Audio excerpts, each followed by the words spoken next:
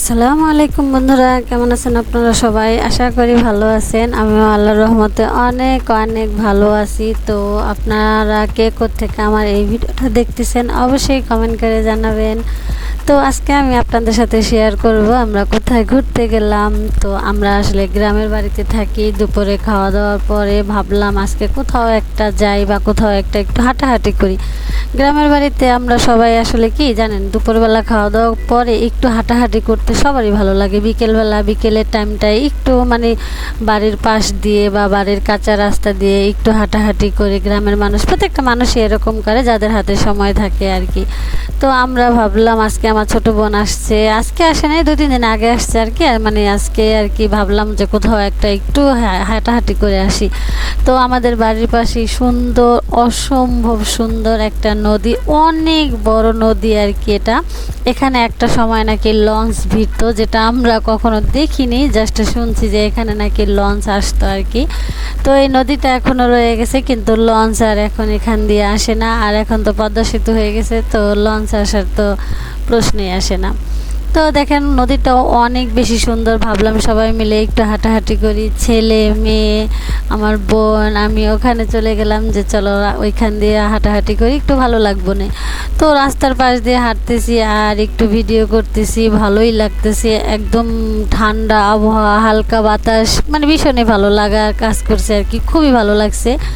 তো আমার বাচ্চারা আগেই হাঁটতে হাঁটতে ওরা আগেই বের হয়ে আগে অনেকটা আগে চলে গেছে। তো এই দিকে আমরাও গেছি, আর করেন মেঘও সাজাইছে।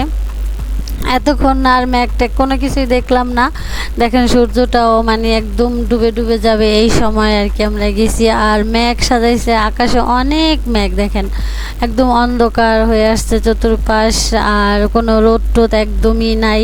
তো কি করার, কিছু করার নেই। আর এই মেঘ সাজাইছে না, এখন হালকা একটা বাতাস বইছে, ভীষণ ভালো লাগছে এই বাতাসটা বিশেষ করে। তো আমরা দাঁড়িয়ে দাঁড়িয়ে নদীটা দেখতেছি, একদম শান্ত পরিবেশ, ভীষণই ভালো লাগছে, খুবই ভালো লাগছে আর কি। তো ছেলে মেয়ের ওরাও অনেক মজা করতেছে, আর আমরা এক একটা নিয়ে নিছি যে হাঁটতেছি আর খাইতেছি। আর এখানে একটা সুন্দর একটা রেস্টুরেন্টও আছে। তো আমরা আজকে রেস্টুরেন্টে যাইনি, রেস্টুরেন্ট আজকে বন্ধ আছে।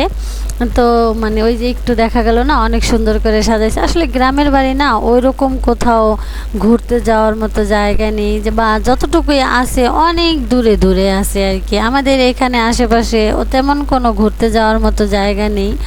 তো কি করা যাইব, বাড়ির আশেপাশ দিয়ে আমরা একটু হাঁটাহাঁটি করি। আমরা গ্রামে থাকি, গ্রামের মানুষ। যখন শহরে ছিলাম তখন তো যখন ইচ্ছে এদিকে গেছি, সেদিকে গেছি, লালবাগ কেল্লা, শিশু পার্ক, এখানে ওখানে কত জায়গায় না।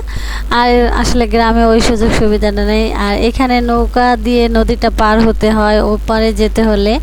তো কোনো ব্রিজও নাই বা কোনো কালভার্ট বা এরকম কোনো কিছুই নেই। তো এখানে একটা নৌকা দিয়ে দেখতেছি মানুষ ওপারে যাইতেছে। আর ওপারে আসলে তেমন কিছুই নাই, শুধু ক্ষেত আর ক্ষেত, আর অল্প কিছু বাড়িঘর আছে আর কি। তো ওই বাড়িঘর যাদের আছে ওইখানে তারাই আর কি নৌকা দিয়ে চলাচল করে। আর যাদের ক্ষেত টেত আছে, তারা যারা ফসল টসল করে, তারা একটু যাতায়াত করে। এছাড়া ওপারে তেমন কেউ যায়ও না, বা যাদের দরকার নেই তারা যেতে পারে না। আমার ইচ্ছে করে ওপার যেতে, কিন্তু আমি তো যেতে পারবো না, কারণ নৌকা টোকা নাই ওরকম। আর এখানে পারাপার করার মতো ওরকম নৌকাও নাই। এখানে যাদের নিজস্ব নৌকা আছে তারাই শুধু এখান দিয়ে যাতায়াত করে।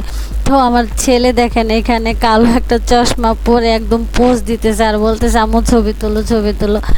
অনেক সুন্দর করে আর কি চশমা দিয়ে, চশমাটা একটু বড় হয়ে যেতেছে, কিন্তু তারপরে সে চশমাটা ব্যবহার করব।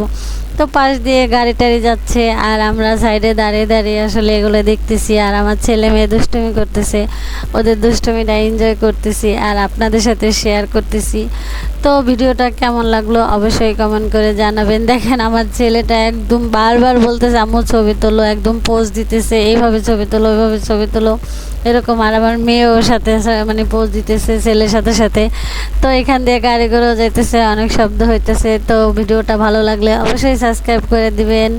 আল্লাহ হাফেজ।